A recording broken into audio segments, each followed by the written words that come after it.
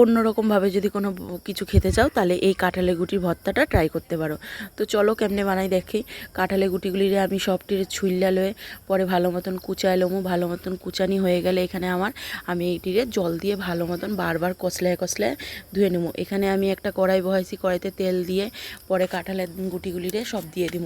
কাঁঠালের গুটি সব দেওয়া হয়ে গেলে এখানে আমি লবণ দিব, লবণ দিয়ে কাঁচামরিচ দিব। পরে এটারে আমি আস্তে আস্তে ভাজুম যাতে সিদ্ধ হয়ে যায় আর কড়কড়াও না হয়। তো এখানে আমি সবটি ভালো মতন উঠায়া ঠান্ডা করতে দেবো। এদিকে যতক্ষণে এটা ঠান্ডা হয়ে যায় ততক্ষণে আমি এখানে বাদামগুলিরে ভালো মতন ভাজ্যা লমু, আস্তে আস্তে কম আঁচে ভাজ্যা লমু। পরে এখানে আমি একটা পাটার মধ্যে সব কিছু লয়েছি, কাঁঠালের গুটি, মরিচ, বাদাম, লবণ সব নিয়ে আমি এখানে বাটুম।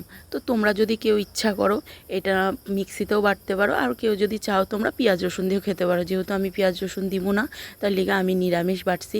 তো দেখো এখানে ভালো মতন আমি এখানে এটারে আস্তে আস্তে বাইটটা মিক্স করে লাইছি।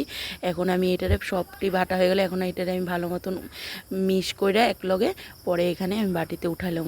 উঠাইলালে রেডি আমার বাটা।